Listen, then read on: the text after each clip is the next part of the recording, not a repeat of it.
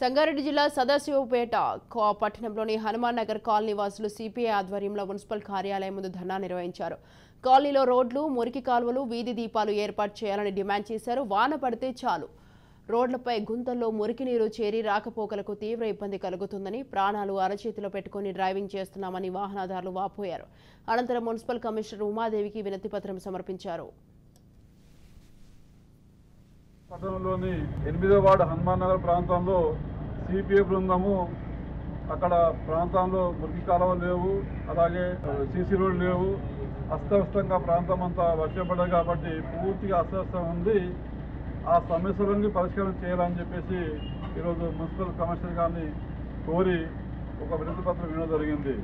అయితే వినతి పత్రం ఇచ్చిన తర్వాత మా సమస్యలంతా వాళ్ళు సానుకూలంగా స్పందించి ఎంక్వైరీకి వస్తారని చెప్పడం జరిగింది.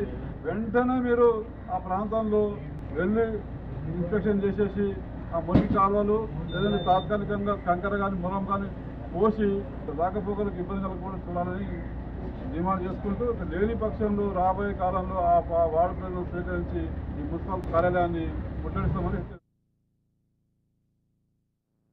ఫస్ట్ ఆఫ్ ఆల్ రోడ్డు చేయాలి. ఎందుకంటే గడ్డిలేసి అక్కడ పాములు పురుగులు వచ్చి పిల్లల్ని కుట్టే అవకాశం ఉంది కాబట్టి చాలా మంది నష్టపోతున్నారు. ఎందుకంటే మొన్నటికి మొన్న 20 సంవత్సరాల అబ్బాయేమో మృతి చెందడం జరిగింది. కాబట్టి వాళ్ళకు కోరేది ఒకటే, ఎంత త్వరగా వీలైనంత వరకు ఉన్న వాళ్ళ ఇంటి ముంగటనే మొరం లాంటిది వేయకుండా లేని వాళ్ళని కూడా చూసి అక్కడ ఎట్లయితే ఉందో రోడ్డు సమానం ఒక లెవెల్గా వేసుకుంటూ పోవాలి.